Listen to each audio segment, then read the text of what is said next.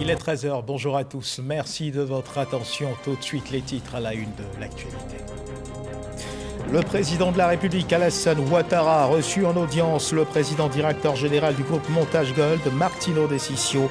Le groupe vient de découvrir le plus important gisement d'or jamais découvert à ce jour en Côte d'Ivoire. Cette importante mine d'or qui fera l'objet d'exploitation par le groupe Montage Gold est baptisée Projet Koné. On en parle dans cette édition. La première dame Dominique Ouattara remercie ses partenaires pour le soutien accordé à l'action sociale engagée par la Fondation Children of Africa, la construction d'une aile dédiée à la prise en charge chirurgicale des enfants malades du cœur au sein de l'hôpital Mère-Enfant de Bingerville. Objectif atteint grâce au soutien de ses partenaires, des partenaires remerciés. On en parle également dans cette édition.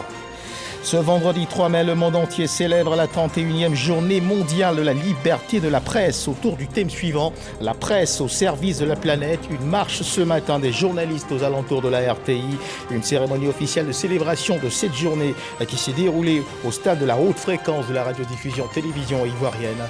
Voilà pour l'essentiel. Oui, bonjour et merci de nous suivre.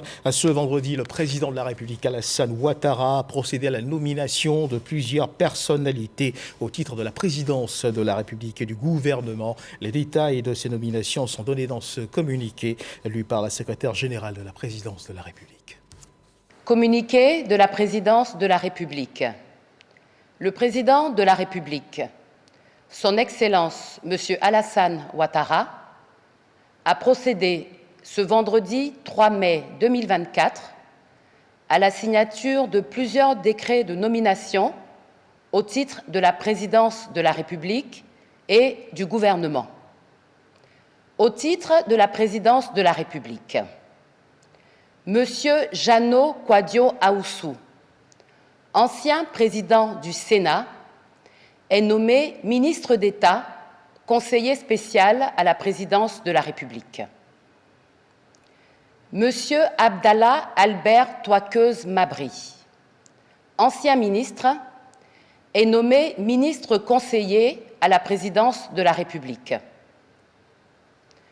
Monsieur Mamadou Sanogo, ancien ministre, est nommé ministre conseiller à la présidence de la République. Au titre du gouvernement, sont nommés vice-gouverneurs du district autonome d'Abidjan, les personnalités ci-après. Premier vice-gouverneur, Monsieur Paulin Claude Danhaut. Deuxième vice-gouverneur, Madame Brou Adjoa Jeanne, épouse Peumont. Troisième vice-gouverneur, Madame Nassalatou Diaby. Quatrième vice-gouverneur, Monsieur Éric Taba Glaou. Cinquième vice-gouverneur, Monsieur Ibrahim Konaté. Fait à Abidjan le vendredi 3 mai 2024.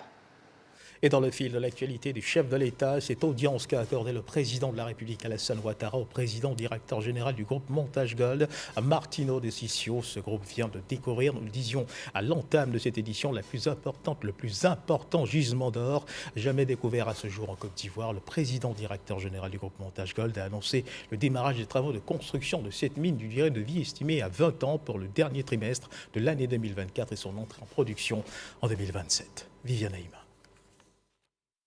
Accompagné par le ministre des Mines, du Pétrole et de l'Énergie, Mamadou Sangafoua, le PDG du groupe canadien d'exploitation aurifère Montage Gold est venu annoncer ce jeudi 2 mai une très bonne nouvelle au président de la République Alassane Ouattara, à savoir la découverte d'un important gisement d'or de classe mondiale dans les départements de Kani et Dianra, dans le nord de la Côte d'Ivoire. Cet important gisement d'or est baptisé Projet Koné. Aujourd'hui, c'est avec grande fierté que nous annonçons la découverte du projet Koné. Ce sont 5 millions d'onces avec un potentiel de production de 300 000 onces par an. En termes d'usine, on part de 11 millions de tonnes par an, qui serait de loin la plus grande usine en Côte d'Ivoire et la troisième plus grande usine dans la sous-région. Ça nécessitera des investissements de 400 milliards de francs de CFA. Avec le groupe Montage, notre ambition est d'en faire un grand groupe africain, commençant par la Côte d'Ivoire. Vu que personnellement, ça fait 15 ans que je travaille ici dans le pays, c'est avec une grande fierté d'avancer ce projet avec l'appui de la famille Lundin en tant qu'actionnaire principal. Notre objectif, c'est d'avancer ce projet d'une façon gagnante-gagnante avec nos partenaires locaux et avec l'État. Donc avec ceci, j'aimerais remercier l'État, la Chambre des mines, le ministère des Mines et Géologie et tous les participants locaux qui nous aident à avancer ce projet. 5 millions d'onces, soit une capacité de 155,5 tonnes d'or. L'exploitation du gisement par Montage Gold permettra de traiter 11 millions de tonnes de minerais par an pendant 16 ans. L'exploitation du gisement Koné va nécessiter un investissement de plus de 400 milliards de francs. Ce projet aura un impact important sur l'économie.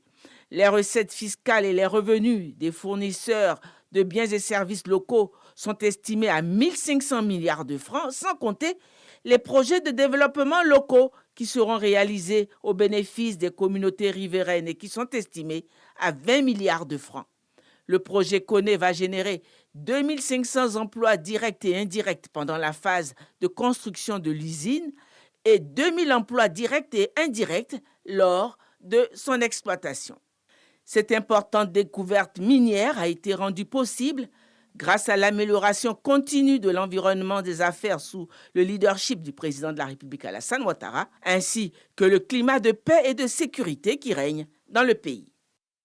Deuxième titre de ce journal, la Fondation Children of Africa de la première dame Dominique Ouattara remercie ses partenaires pour le soutien accordé à l'action sociale engagée par ses services.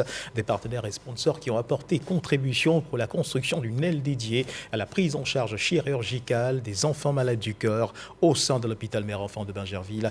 Appel avait été lancé à leur endroit au cours du dîner gala de la Fondation Children of Africa tenu le 1er mars dernier. L'objectif a été atteint, la première dame leur a témoigné sa reconnaissance. Mahama Traoré. Tenu le 1er mars dernier à Abidjan, le 9e dîner de gala de la Fondation Children of Africa de la première dame Dominique Ouattara s'est achevé sur un succès. L'objectif de récolter des fonds pour la construction d'une aile dédiée au traitement des enfants malades du cœur au sein de l'hôpital mère-enfant de Bingerville est atteint. Ce, grâce aux sponsors, partenaires médias et bénévoles qui se sont mobilisés aux côtés de la Fondation Children of Africa pour réussir ce challenge humanitaire. Et cela est très cher. Pour une certaine catégorie, ce n'est pas possible. Donc, vraiment, la première dame, c'est l'espoir pour la Côte d'Ivoire, pour nos familles. Notre fondation est engagée également sur l'amélioration des conditions de vie des populations et notamment sur le secteur de la santé et celui des maladies cardiovasculaires. Donc il est important d'être présent, d'accompagner. Soutenir une association comme celle-là, il n'y a rien de plus beau, d'essayer d'aider les enfants qui sont en détresse médicale ou qui sont en détresse familiale. Je trouve que c'est une chose que l'on doit appuyer, effectivement. Oui. Nous sommes très heureux d'avoir participé au succès éclatant donc de ce gala.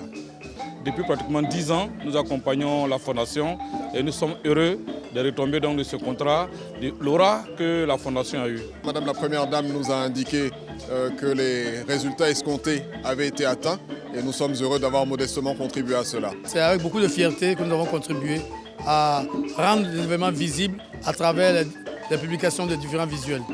Heureux du devoir accompli, les soutiens de la Fondation Children of Africa étaient ce jeudi au cabinet de la première dame Dominique Ouattara. À travers une remise de distinction, l'épouse du chef de l'État vient honorer ces entreprises publiques et privées solidaires des actions de bienfaisance que mène sa fondation au profit des plus faibles. Votre présence à cette occasion, chère à mon cœur, est la preuve de votre sincère attachement au bien-être de nos enfants et à la cause que porte la Fondation Children of Africa depuis plus de 25 ans. Et cela me va droit au cœur. Merci pour vos apports respectifs et vos différentes contributions grâce auxquelles nous parvenons à faire des miracles. Chers donateurs, grâce à vos précieuses contributions, nous avons pu largement atteindre l'objectif fixé pour cette 9e édition. Nous pourrons ainsi concrétiser notre projet de construction et d'équipement d'une aile de cardiologie pédiatrique dédiée aux opérations des enfants malades du cœur.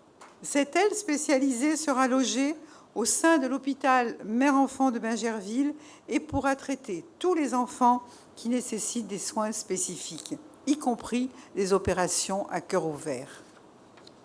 Afin de marquer notre reconnaissance, nous avons décidé de remettre des awards aux grands donateurs ainsi qu'aux organes de presse qui nous ont soutenus. Sans oublier les bénévoles et les membres de la Fondation qui font un travail formidable. Ce geste est une façon symbolique de vous dire infiniment merci, car c'est aussi grâce à vous que nous parvenons, année après année, à venir en aide aux plus démunis, particulièrement les enfants et leurs mamans. Les dîners de gala organisés par la Fondation Children of Africa depuis sa création en 1998 sont à l'origine de la réalisation de plusieurs grands édifices de portée sociale. Citons entre autres l'hôpital Mère-Enfant Dominique Ouattara de Bingerville, 3 centres d'accueil pour enfants victimes de travail ou encore le groupe scolaire d'excellence à Abobo et bientôt une maison d'accueil pour les femmes victimes de violences à Adiaké.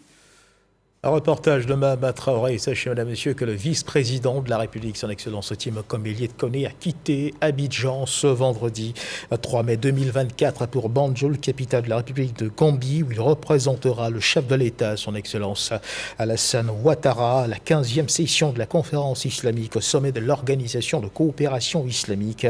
A prévu les 4-5 mai 2024. Le thème de cette 15e session est renforcer l'unité et la solidarité à travers le dialogue pour le développement durable. Autre fait de l'actualité, le Premier ministre, ministre des Sports et du Cadre de vie, Robert Begré-Mombé, a pris part hier jeudi à la sortie officielle de la 58e promotion de l'École nationale de l'administration, l'ENA, une promotion baptisée du nom du chef du gouvernement. Les 543 élèves de cette promotion choisissent de porter les couleurs de la discipline, de l'excellence et de la solidarité dans l'accomplissement de leur mission au sein de l'administration publique ivoirienne. Alexis Ouedraogo. Ils sont 543 élèves qui, ce jeudi, quittent les salles de classe de l'ENA, l'École nationale de l'administration ivoirienne. Au terme de leur formation, ils sont désormais appelés à servir l'administration publique. Je voudrais remercier le président de la République qui fait de la formation des cadres un axe assez important de sa gouvernance. Je prends engagement avec fermeté de bien servir l'État en tant que capitaine des douanes. Cette 58e promotion se compose de 433 élèves issus de concours directs, 98 de concours professionnels, 5 recrutés en qualité d'auditeur libre et 7 à titre étranger. La promotion, il faut le souligner, compte 208 femmes, soit un peu plus de 38% de l'effectif total. Vous avez été formés avec rigueur pour servir de toute votre âme l'administration, dans la discipline et la dignité, avec responsabilité et professionnalisme, élevés dans la parfaite conscience de la primauté absolue du bien de la République et de l'intérêt général. Vous ne devez pas faillir et jamais vous ne faillirez. Vous ne devez ni trahir, ni corrompre la confiance placée en vous et jamais vous ne devez sur ces points être pris à défaut. Au pupitre, la ministre d'État, ministre de la fonction publique, salue les qualités du parrain de cette promotion, le Premier ministre Robert Begré-Mombé, et invite ses filleuls à marcher dans ses pas. Alors que vous vous apprêtez à gagner vos postes de travail, l'administration publique qui vous recevra croit et espère en vous. Vous devez vous montrer à la hauteur des charges et responsabilités qui vous seront confiées. Vous ne devez pas décevoir. Ainsi, vous mériterez de votre illustre parrain. Et pour respecter la tradition, la promotion prête serment. Faites-nous le serment de toujours servir avec honneur, loyauté et discipline la République de Côte d'Ivoire comme nous le faisons nous-mêmes. Le chef du gouvernement qui salue la fin de cette formation rappelle la vision du chef de l'État qui place l'homme au cœur du développement.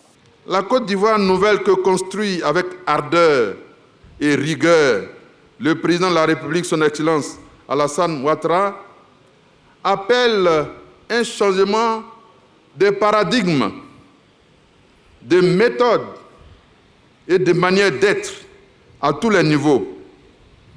Il s'agit d'opérer une véritable transformation à la fois de notre économie, de notre société et des valeurs sur lesquelles tout cela repose.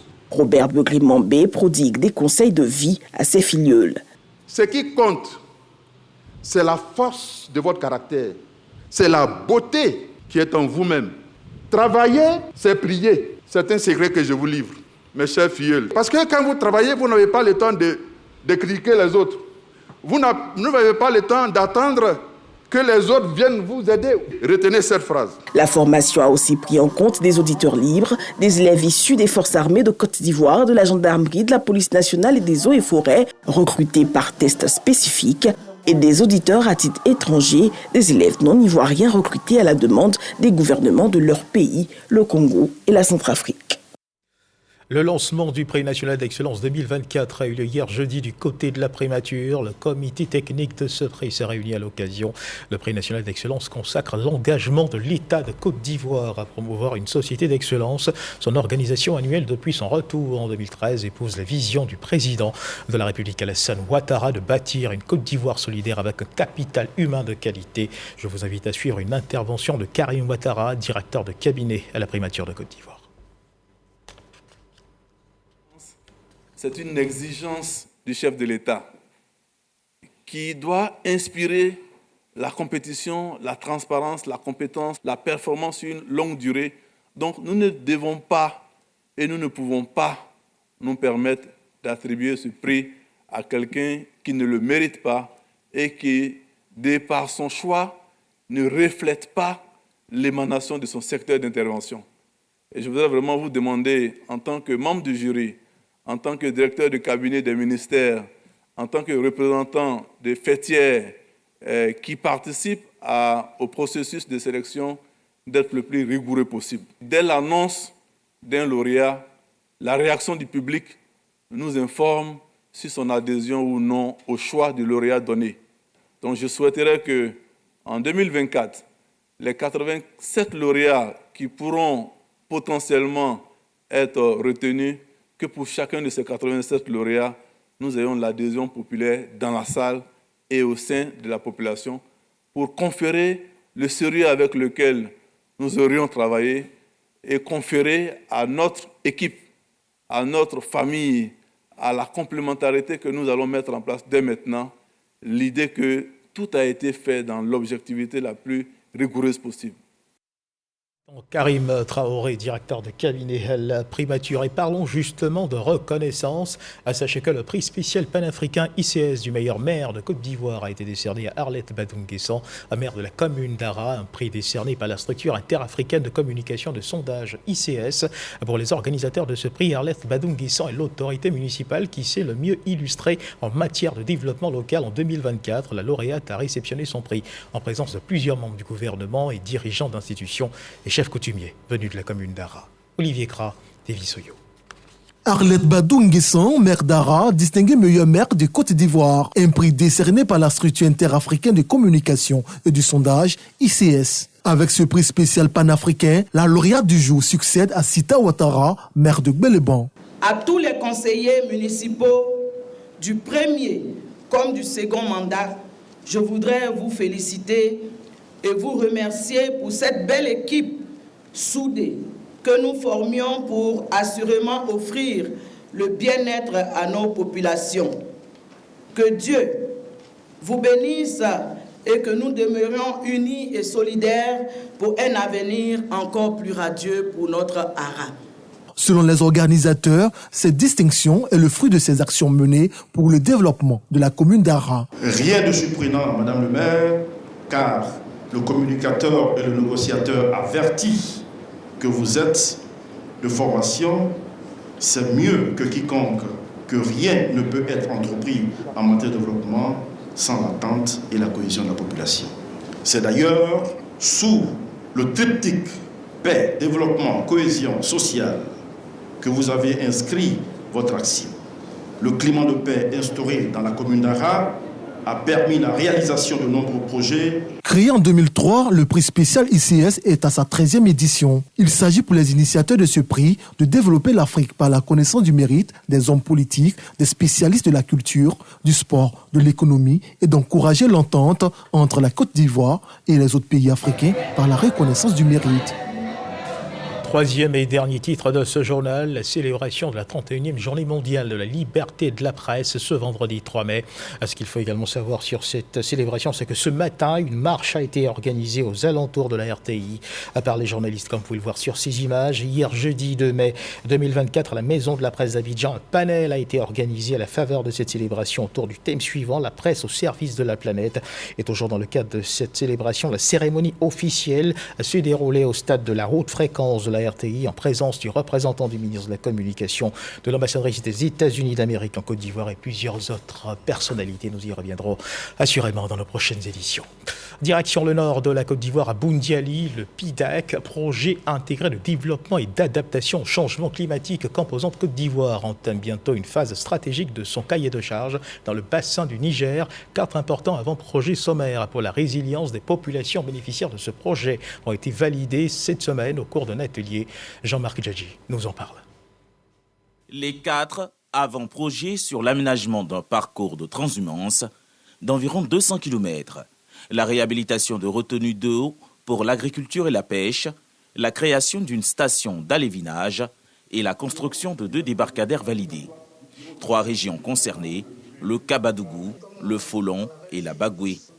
Objectif de ces initiatives, lutter contre la pauvreté dans ces zones et réduire durablement le risque de fragilité des populations. Depuis 4 années, le PIDAC n'a pas encore évidemment vu réalisation d'ouvrages et la validation de ces études va permettre d'amorcer l'appel à candidature pour recruter les sociétés qui viendront pour faire la mise en œuvre effective de ces ouvrages qui, dans les jours prochains, vont voir le jour dans nos différentes localités. Les services techniques, émanations des ministères de l'Agriculture, des Eaux et Forêts et de l'Environnement, ont été formés sur l'exécution des programmes du PIDAC. En attendant le démarrage effectif de ces projets validés, les participants apprécient la pertinence des thématiques abordées. Nous avons des problèmes avec les éleveurs et les agriculteurs. Le problème de transhumance peut résoudre cela. Donc nous ne pouvons qu'accompagner le projet pour pouvoir pérenniser après le PIDAC. Nous sommes très contents d'avoir participé à cet atelier qui nous permet de prendre le taureau par les cornes, d'être vraiment informés et être les interprètes auprès de la population pour la mise en œuvre de ce programme. Le PIDAC, composante Côte d'Ivoire, couvre 8 régions, 5 dans le centre du pays et 3 dans la portion nationale du bassin du Niger situé dans le nord. Superficie totale couverte, plus de 50 000 km². À Agboville, l'heure est à la mobilisation. Pierre Dimba, ministre de la Santé, de l'Hygiène publique et de la couverture maladie universelle, en l'occurrence président de l'Agnebi-Tiassa, a effectué des rencontres meublées de séances de travail et de réunions techniques avec l'ensemble des cadres, filles et fils de la région. Cette démarche intervient en prélude à la célébration d'une grande fête d'hommage et de reconnaissance à l'endroit du chef de l'État, le président de la République Alassane Ouattara. C'est la place Henri-Conan Bédier d'Agboville qui accueillera cet événement, prévu pour se tenir le samedi 4 mai. Souleymane Denisongué. Pierre Dimba, ministre de la Santé, de l'Hygiène publique et de la couverture maladie universelle, en séance de travail avec les filles et fils de la région, ainsi que les autorités administratives de la localité. Il s'agit d'une réunion préparatoire à une cérémonie d'hommage et de reconnaissance au président de la République, Alassane Ouattara. Filles et fils de la région, les cadres s'activent à la réussite de l'événement. Aujourd'hui, les populations de l'Agnebi-Tiassa, avec l'avènement du chef de l'État, son Excellence Alassane Ouattara, à la tête de ce pays, voyant comment la Côte d'Ivoire se développe, comment les infrastructures sont construites partout, qu'est-ce qui est apporté comme solution aux problèmes des populations, veut prendre toute sa place. Abordant les questions logistiques et toutes les dispositions pratiques, le président du conseil régional de l'Agnebi-Tiassa mesure l'importance de la tenue de cette manifestation au cours d'un point de presse, non sans rappeler les actions de développement déjà réalisées en faveur des populations. Alors pourquoi l'Agnebi-Tiassa veut magnifier le chef de l'État, son Excellence Alassane Ouattara, le 4 mai? D'abord, l'Agnebi-Tiassa, qui a toujours été donc des grands rendez-vous dans notre pays, veut démontrer encore une fois que cette région veut, aux côtés du chef de l'État, mener le combat pour le développement et l'épanouissement des Ivoiriens. Que ce soit au niveau des routes, des écoles, des centres de santé, et j'en passe.